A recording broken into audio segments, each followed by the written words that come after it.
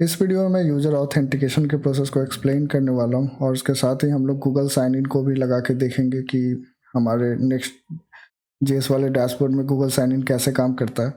तो यहाँ पे अगर मैं साइन इन विथ गूगल पे क्लिक कर रहा हूँ तो किसी भी ईमेल के थ्रू मैं चाहूँ तो साइन इन कर सकता हूँ। और जैसे ही मैं साइन इन कर रहा हूँ तो हमारा जो राउट है वो डैशबोर्ड की तरफ चला जाएगा और यहाँ पे मैं बाकी जितने भी राउट्स हैं उसको ब्राउज़ कर सकता हूँ। जैसे कि अगर मैंने एनालिटिक्स पे जाना चाहा तो मैं एनालिटिक्स पे क्लिक करूँगा तो मैं एनालिटिक्स पे आ जाऊँगा। और उसके बाद अगर यूज़र लॉग आउट करना चाहेगा तो राइट कॉर्नर में एक लॉग आउट बटन है, यहाँ से लॉग आउट कर सकता है। और अगर वापस से मैं इसको डैशबोर्ड पे ले जाऊँ तो ये डैशबोर्ड पे जाके फिर साइन इन वाले पेज पे आ रहा है। अगर मैं इसको एनालिटिक्स पे भी ले जाता हूँ तो ये एनालिटिक्स पे जाके फिर से साइन इन वाले पेज पे आ रहा है, मतलब यूज़र अंदर नहीं जा पा रहा है। तो यहाँ पे हम अपने राउट्स को प्रोटेक्ट करने वाले हैं और ये सब कुछ हम करने वाले हैं नेक्स्ट ऑथ की मदद से। तो इस वीडियो में हम लोग नेक्स्ट ऑथ को कैसे इम्प्लीमेंट किया जाता है नेक्स्ट जेएस में ये सीखेंगे और उसके साथ ही गूगल साइन इन का फीचर को एक्सप्लोर करने वाले हैं।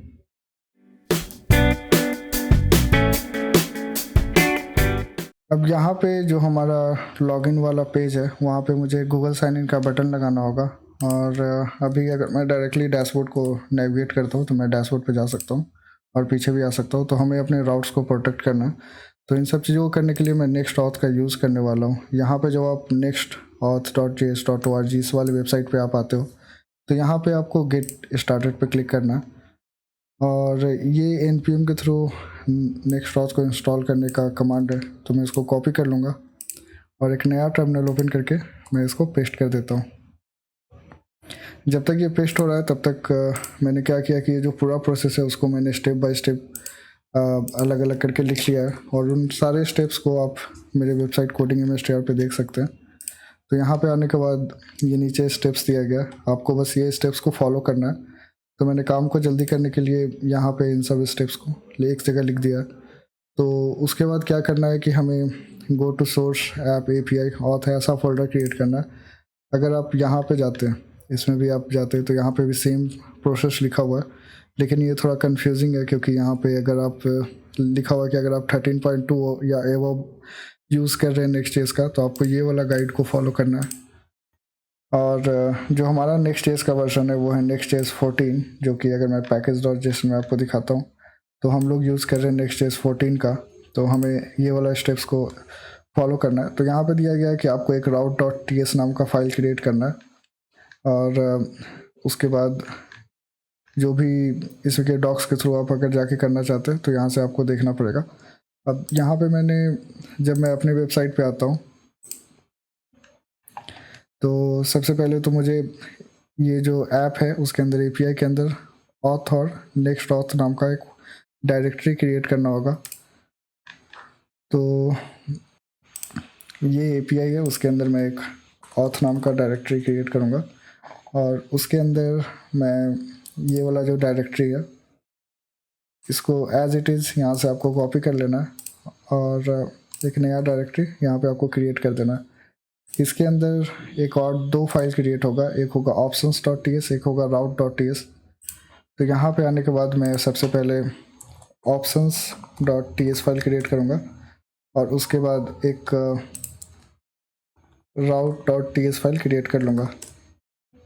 अब ये दो फाइल जब क्रिएट हो जाएगा तो आपको ये जो options.ts वाला कोड है इसको यहाँ से कॉपी कर लेना है। मैं इन कोड को आपको एक्सप्लेन कर दूंगा ताकि आपको इजी हो। और उसके बाद ये जो route.ts है इसको भी आपको कॉपी कर लेना है और ये राउट वाला यहाँ आ जाएगा और ऑप्शंस वाला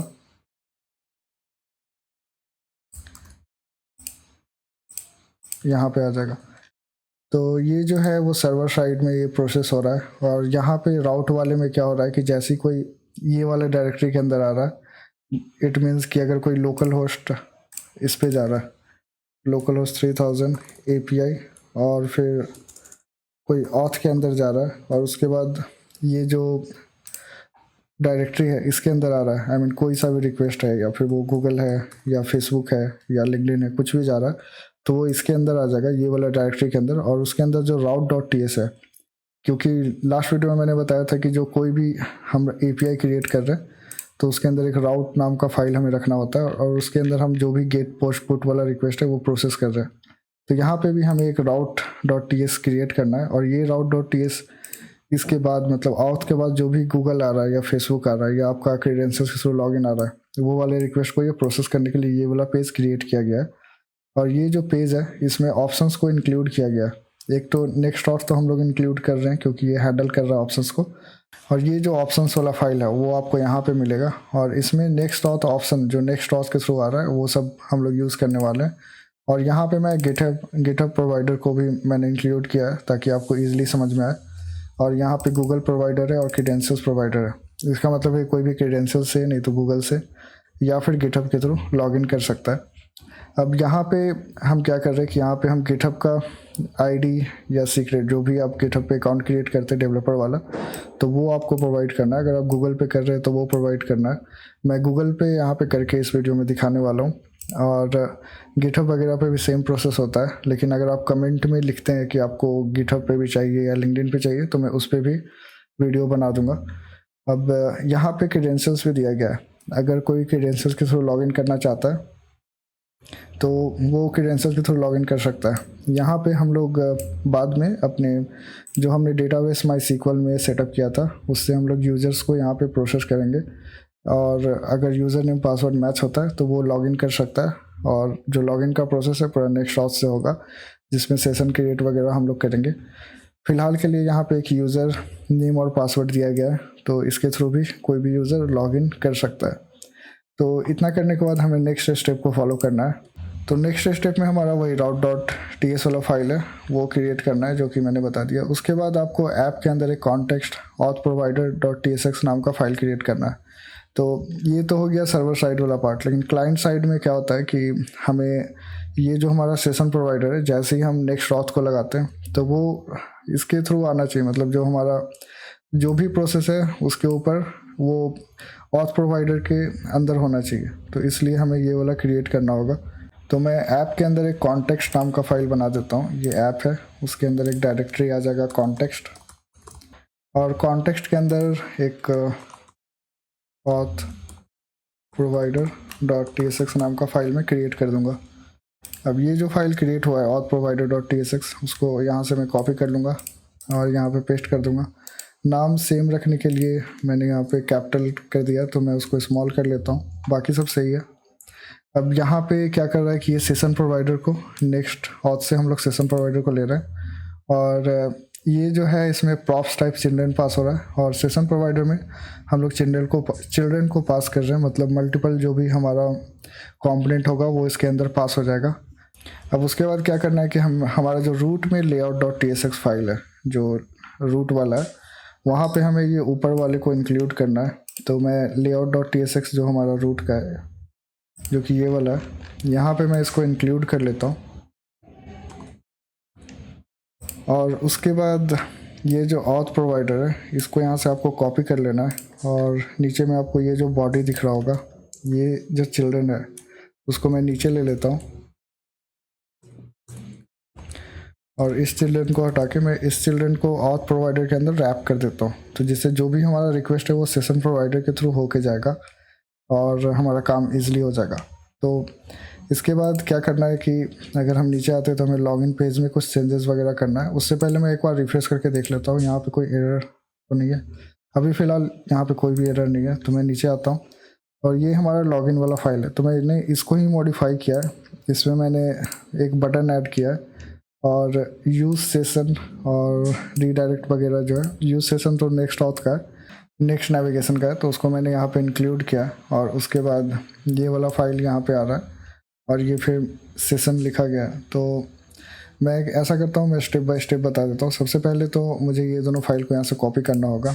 तो मैं चला जाता हूँ जो हमारा लॉगिन वाला मेन लॉगिन वाला फाइल है, तो मैं वहाँ पे चला जाता हूँ जो कि page.jsx वाला फाइल है, और यहाँ पे मैं उसको इंक्लूड कर लेता हूँ। मतलब यूज़ सेशन और रीडायरेक्ट को मैंने यहाँ से इंक्लूड कर लिया, और ये जो साइन इन है वो भी आएगा जो कि नेक्स्ट ऑथ की तरफ से ही है।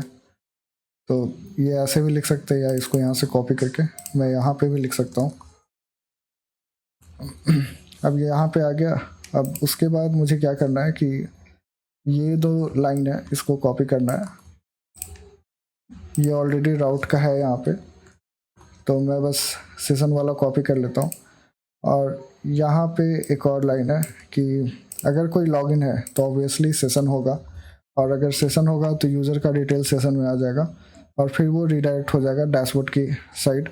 अगर आपको इसको और सिक्योर करने के लिए कुकीज़ का यूज़ करना है तो आप कर सकते हैं। अगर कुकीज़ कैसे यूज़ करना है ये भी अगर आपको चाहिए तो आप कमेंट में लिख सकते हैं कि आपको कुकीज़ के बारे में इन्फॉर्मेशन चाहिए, नेक्स्ट डेज में हम लोग कुकीज़ को कैसे यूज़ कर सकते हैं, तो मैं उस पर भी वीडियो बना दूंगा। अब यहाँ पे जब सेशन आ गया तो वो रीडायरेक्ट हो जाएगा डैशबोर्ड की तरफ। अब क्या होगा कि यहाँ नीचे में एक कोड है, ये div वाला कोड है, तो उसको कॉपी करना होगा।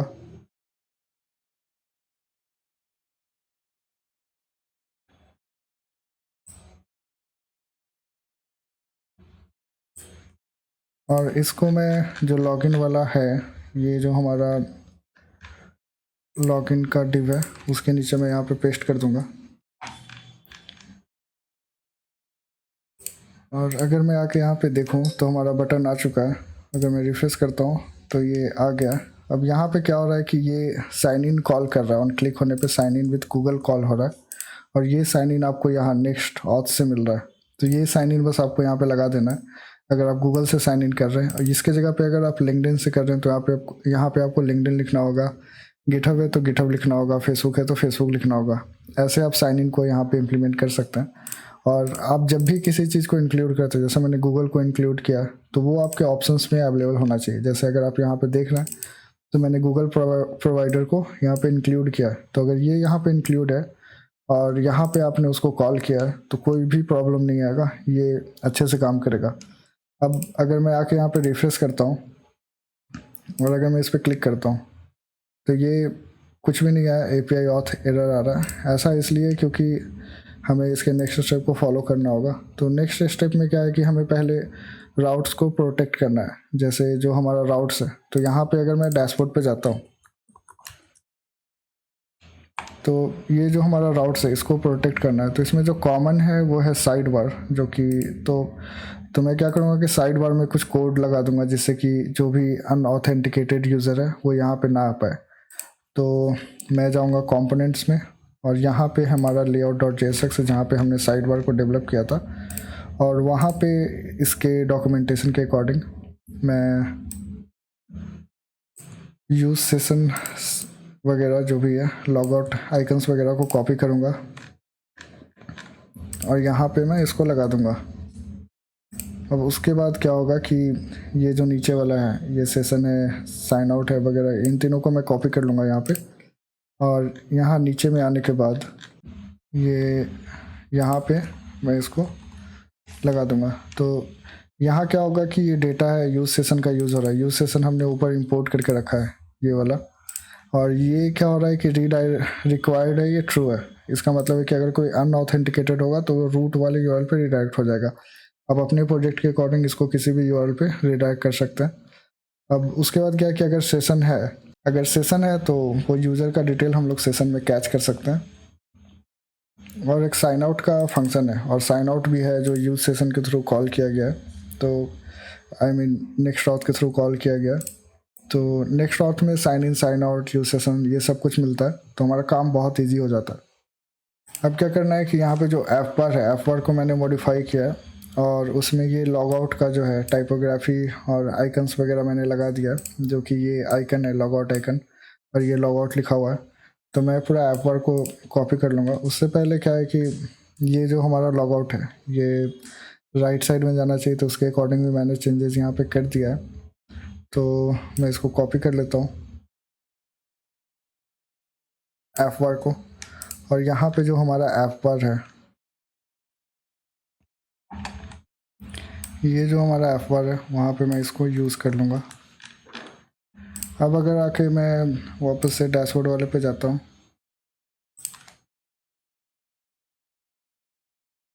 तो ये डैशबोर्ड पे आ गया है, लेकिन फिर से ये रूट वाले पे आ रहा है क्योंकि हमने साइन इन नहीं किया है। तो अगर मैं साइन इन पे क्लिक करता हूँ तो अभी भी ये एरर आ रहा है। तो उसके लिए हमें क्या करना है कि जो हमारा नेक्स्ट स्टेप है उसको फॉलो करना पड़ेगा। सबसे पहले हमें गूगल लॉगिन को सेटअप करना है और उसके लिए .env फाइल क्रिएट करना होगा। तो मैं यहाँ पे आके एक .env फाइल क्रिएट कर लेता हूँ। .env.local नाम का फाइल होगा, एक क्रिएट कर लेता हूँ।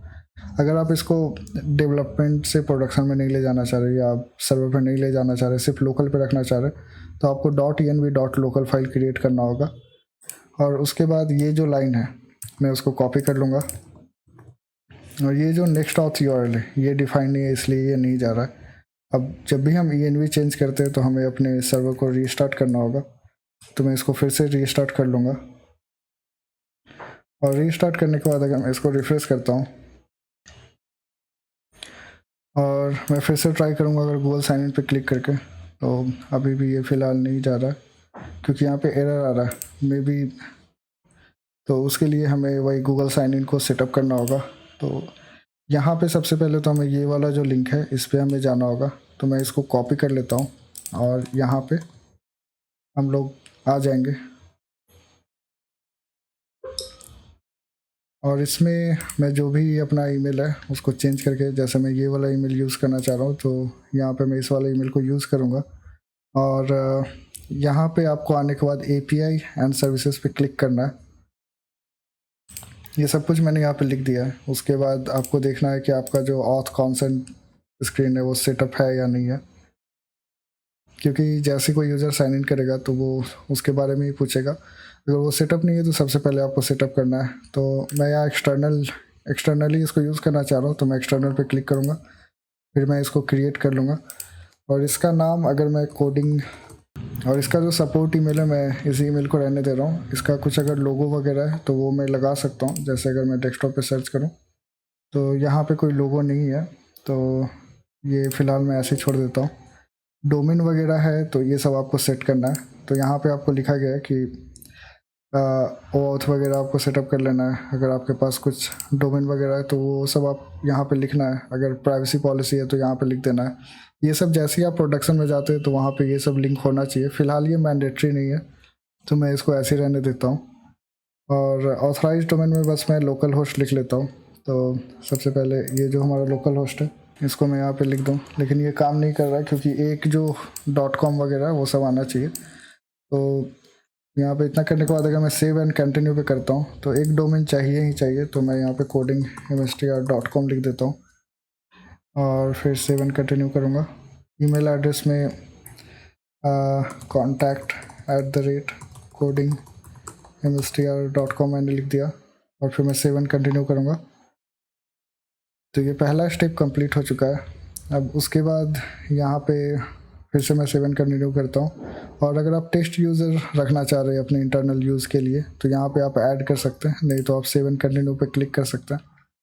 और ये ऑथ कॉन्सेंट स्क्रीन का पूरा डिटेल है। फिर बैक टू डैशबोर्ड जाके आप देख सकते हैं। तो ये जो है अभी टेस्टिंग में है। अगर मुझे पब्लिश करना होगा तो मैं यहाँ से पब्लिश कर सकता हूँ, लेकिन उसके लिए लिंक वगैरह सब सही होना चाहिए। तो फिलहाल मैं इसको टेस्टिंग में ही रहने देता हूँ। ये कुछ दिन तक टेस्टिंग में काम करता है, फिर अपने आप वो डीएक्टिवेट हो जाता है। तो उसके बाद मुझे क्रेडेंशियल्स में जाना होगा और यहाँ आने के बाद जो है मुझे क्रिएट क्रेडेंशियल्स पे क्लिक करना है और यहाँ पे आपको OAuth क्लाइंट आईडी पे क्लिक कर लेना है। जैसे ही आप इस पर क्लिक करते हैं तो फिलहाल ये लोड हो रहा है। आपको एप्लीकेशन टाइप पूछा जाएगा, वहाँ पे आप जिसके लिए भी OAuth का यूज़ कर रहे हैं वो सिलेक्ट करना है। यहाँ पे मैं वेब एप्लीकेशन के लिए यूज़ कर रहा हूँ तो मैं वेब एप्लीकेशन सेलेक्ट करूँगा और यहाँ पे मैं लिख लेता हूँ Next.js डैशबोर्ड। जो भी नाम आप ऊपर रखना चाह रहे हैं, जैसे मैं अपने ब्रांड का नाम रखना चाह रहा हूँ तो codingmstr डैशबोर्ड ऐसा कुछ रख सकता हूँ। और ये यहाँ पे आपको ये वाला लिंक देना पड़ेगा, तो यहाँ पे मैं इसको दे देता हूँ। और ऑथराइज जावास्क्रिप्ट ओरिजिन में ये आ जाएगा। उसके बाद आपको रीडायरेक्ट यूआरएल है वो आपको यहाँ से कॉपी कर लेना है। ये वाला जो रीडायरेक्ट यूआरएल है इसको आपको यहाँ से कॉपी करना होगा और यहाँ पे आपको ये पेस्ट कर देना है, क्योंकि ये रीडायरेक्ट ओरिजिन है गूगल के लिए। अब उसके बाद अगर कोई और डोमेन है तो यहाँ पे आप उस डोमेन को लिख सकते हैं, नहीं है तो इसको डिलीट कर दीजिए। और उसके बाद आपको क्रिएट पे क्लिक करना है। जैसे ही आप क्रिएट पे क्लिक करते तो आपके पास एक क्लाइंट आईडी आएगा और क्लाइंट सीक्रेट आएगा। तो इन दोनों को आपको कॉपी कर लेना है और यहाँ पे जो क्लाइंट आईडी है उसको पेस्ट कर देना है।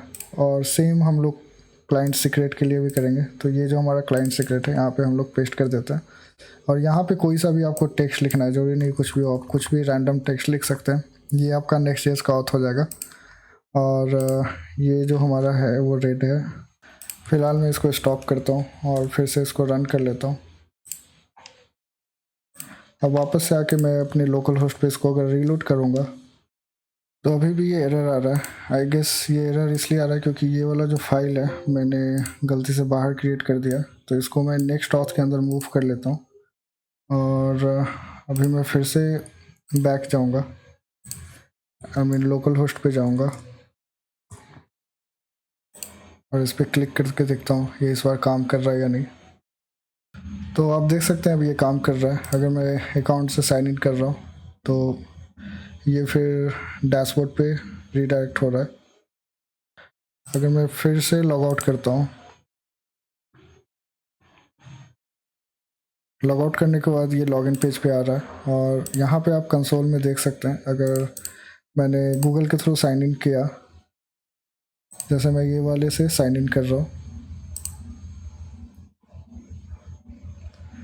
तो ये यहाँ पे यूज़र का डिटेल आ जा रहा है, आई मीन यूज़र का नाम वगैरह आ रहा है और ये डैशबोर्ड पे आ रहा है। मैं क्या करता हूँ, मैं फिर से एक बार करके देख लेता हूँ ये सही काम कर रहा है कि नहीं। अभी मैंने लॉग आउट किया, ये लॉग आउट हो गया और फिर से मैंने साइन इन किया और इस बार मैं कोई और ईमेल आईडी ले लेता हूँ।